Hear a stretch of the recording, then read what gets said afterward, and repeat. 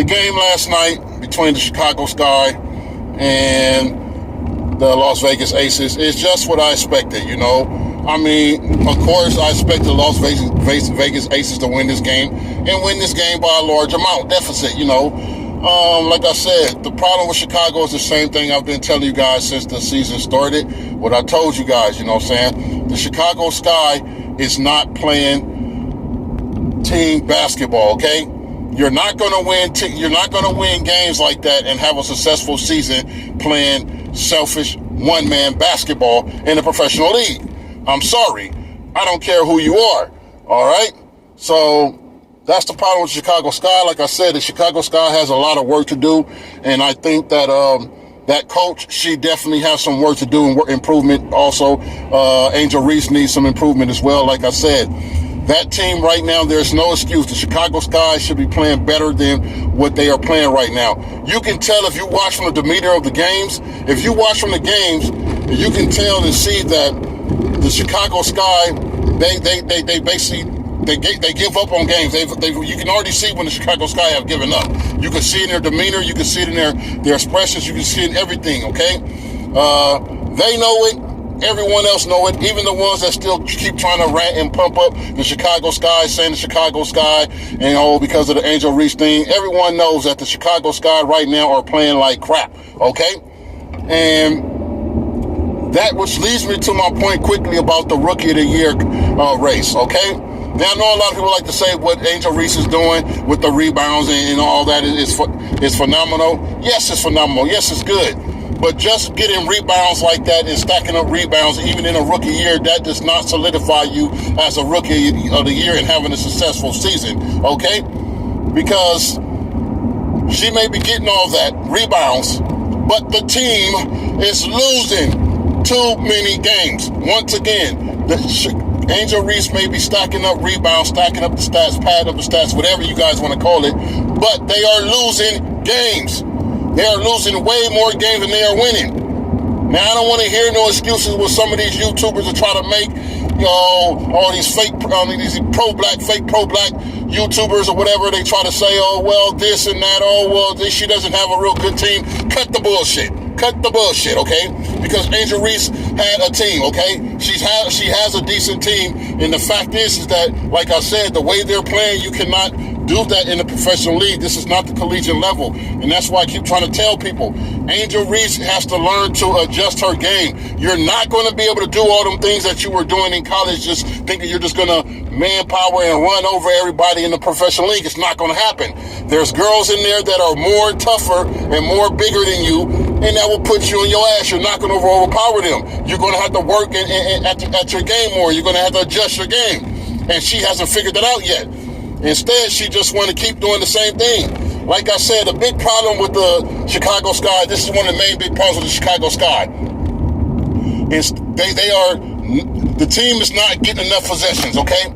And what I mean by the team is not getting enough possessions, if all those times when you see Angel Reese, she keep, grabbing her own rebound, then jack it up. It doesn't go in. Grabbing the rebound, then jack it up again. Grab the rebound, jack it up again.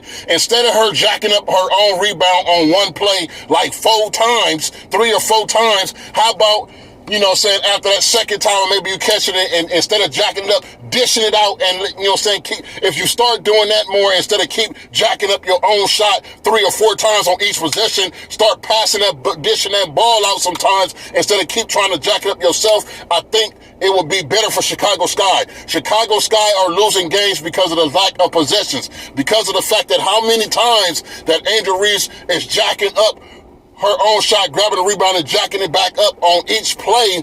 I think that's why the Chicago Sky is suffering. Now, this is not an attack on Angel Reese. Like I said, what she's doing, she's playing good, having a good season. But I'm saying, I'm critiquing. If she eliminates so many times that she jack up her own shot after her own rebound, grabbing her own rebound and dishing that ball out, it will provide the Chicago Sky more opportunities. But because of the fact, when you look at Chicago play and you look at their plays, every play when she's not saying every time she's doing it, but I'm saying the majority of the time, you guys know what I'm talking about if you watch the games. When you see that she's jacking up her shot like 3 or 4 times in each single possession, you are eliminating times that you could pass that, move that ball around and get some points up on that board. So it's affecting you. It's affecting the team. Now, like I said, that's been a problem with the Chicago Sky, and it's going to still continue to be a problem with the Chicago Sky until they learn how to adjust that. Now, moving forward, as we get with this matchup today between the Indiana Fever and the LA Sparks. I think this is definitely going to be a win for the Indiana Fever. They're at home, which, matter of fact, Indiana, they have a good chance of probably winning the next 4 games, maybe back-to-back, because all the next 4 to 5 games, they're at home. And you know it's going to be tough to go in Indiana and try to get a win, you know. It don't matter if you're a 500 team or not, because that's the difference between the Chicago Sky and the Indiana Fever, regardless of what everybody's saying. Caitlin Clark and the Indiana Fever are not just beating under 500 teams, they're beating over plus 500 teams, which the Chicago Sky is not doing. The Chicago Sky is even losing to minus 500 teams. So, I mean, that's the big difference. I mean, there's a lot of reasons how you could critique and say the reason why Caitlin Clark deserves to be the Rookie of the Year over Angel Reese, okay? I think this is going to be an easy win for the Indiana Fever. I don't see the LA Sparks going into Indiana and beating Indiana. I think that crowd is going to be tough on LA Sparks. Cameron Brink, she's doing good, but like I told you, I think what happened in the draft when they did that mix-up, I think that affected the LA Sparks succession, and it affected Cameron Brink. You know, just like I said with the Chicago Sky, you can see with the LA Sparks, they're looking a little... you could tell that they just pretty much already given up on the season. You could tell that they know, okay, the season is over. We're just going, yeah, we're in here. We still have to play the game. We got to do our job, but we already know it's already over. I will touch bases on that a little bit and show you guys, because honestly, I could say both the Chicago Sky and the Los Angeles Sparks are both suffering this season because of one damn decision that was made, and we'll talk about that in another segment. But anyways, as I said, I predict that the LA Sparks will lose this game. I don't see them going into the Indiana Fever. It's going to be a tough crowd, and the artists to try to go. I think that Indiana Fever is going to win this game by 7+ points. Also, before I wrap this up, as I said, though, Indiana has most of their next 4 or 5 games are at home, so they should be good. They've already clinched the playoff spot, so it's been 5 years since they've made the playoffs or clinched the playoff spot or even made the playoffs. But like I said, with Atlanta Dreaming, with the Chicago Sky losing last night, it's definitely sold up for the Indiana Fever. So there's nothing that can happen as far as the Indiana Fever. All they can do is even go up further up in another position. It depends on how they finish off the rest of the season. They can jump up another spot and take that 5th spot away from the Connecticut Sun. The Connecticut Sun, they have been playing fine, but you can tell that the Connecticut Sun have been struggling a little bit, but I predict that the Connecticut Sun will be all right. They won't drop below the 6th spot, or they'll remain at the 5th spot, and the Indiana Fever will stay at the 6th spot, or the Indiana will bump to the 5th spot, and Connecticut will drop to the 6th spot, but that's as about far as they'll go, because even though they're, like I said, Connecticut Sun have been struggling a little bit, but I see the Connecticut Sun will be all right. Now, a key matchup this week, in which if you guys checked out my previous upload, my recent upload, I told you guys about a fatal 4-way matchup to see who gets that last spot. Right now, like I said, in the rest of this season, there's going to be a lot of key matchups, and we'll break that down in another video as well, because I want to try for you guys to keep my videos under 10 minutes, okay, if possible. But as I said, key matchup this week of games will be, I believe it will be, definitely will be the Washington Mystics facing off against the Mercury. Okay, as I said, you know that there's teams battling, 4 teams that's battling for that last spot in the playoffs. And the thing about it is that those 4 teams have to play each other with these last several games or 6 games that's remaining in the season. So that's why I said it's going to be very interesting. I do have the Washington Mystics and the Atlanta Dreamers the favorites to get that 8th spot. But like I said, I think Washington Mystics will be my number 1 favorite. Washington Mystics have a key matchup which I think will be a good game. Washington Mystics and the Phoenix Mercury will be playing each other this Thursday, which I predict that will be a very interesting game, because both of those teams are fighting. One is fighting to get into the playoffs, and the other one is fighting to keep their stay in the playoffs. So I think that's going to be a very good matchup between the Mercury and the Phoenix Mercury and the Washington Mystics. Who I have winning that game, I don't know yet. I'll probably do another upload, probably maybe sometime tomorrow morning before the game starts, because the game takes place later on Thursday, sometime Thursday evening. So I'll get my little picks on who I think will win that game. But that be looking out for that. The Washington Mystics versus the Phoenix Mercury will be the game, probably the most likely the game of this week. I think, like I said, now you're seeing there's only like 6 games left in the season.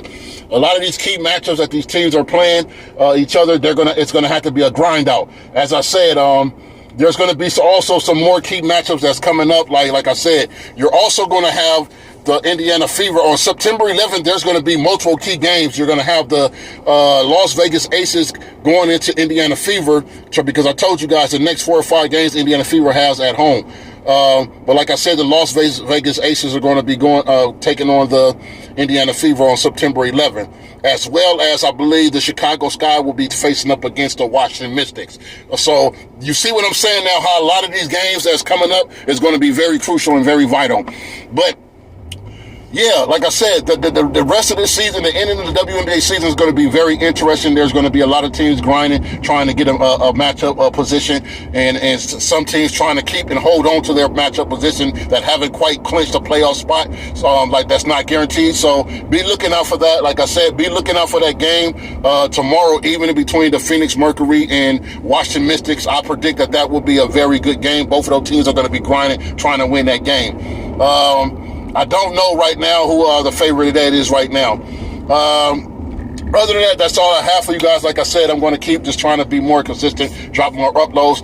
Be expecting we're going to keep making discussion and content revolving around the WNBA. You know, like I said, tomorrow I'll give my picks on that Phoenix Mercury and Washington Mystics. And then also, and I'll do another upload where I'm going to be breaking down some of the more key matchups that's going to be taking place this upcoming next couple of games. Like I said, as we're coming to the end of the WNBA season, which is going to be very, very interesting. Like I said, I don't think the Chicago Sky are going to be make that 8th seed. I think they're going to drop out of it because right now they're tied for that 8th spot with Atlanta Dream. But I think that Chicago Sky, they're going to lose some more games because I saw the games already that the teams that they have to face up. And some of them games they have to play against teams that are fighting for that position for them. Then they have to face some teams that, like I said, the Washington Mystics and Chicago Sky facing off on September 11th, just as well as Indiana Fever and Las Vegas Aces. Those are going to be some interesting matchups on September 11th. But that's all I have for you guys. I want to thank you guys once again for tuning in. So until next time, you guys already know what to do. Oh yeah, make sure you guys spam in the comments. Let me know what you guys think or opinions. Like, you know what I'm saying, if you disagree with anything I said, let me know your opinions about how you think that. I'm curious to know how you guys think that the playoff race for the final spot, how you think everything is going to position out in the brackets, who will stay in, who will not, who will get knocked out. Let me know what you guys think. Well, until next time, peace.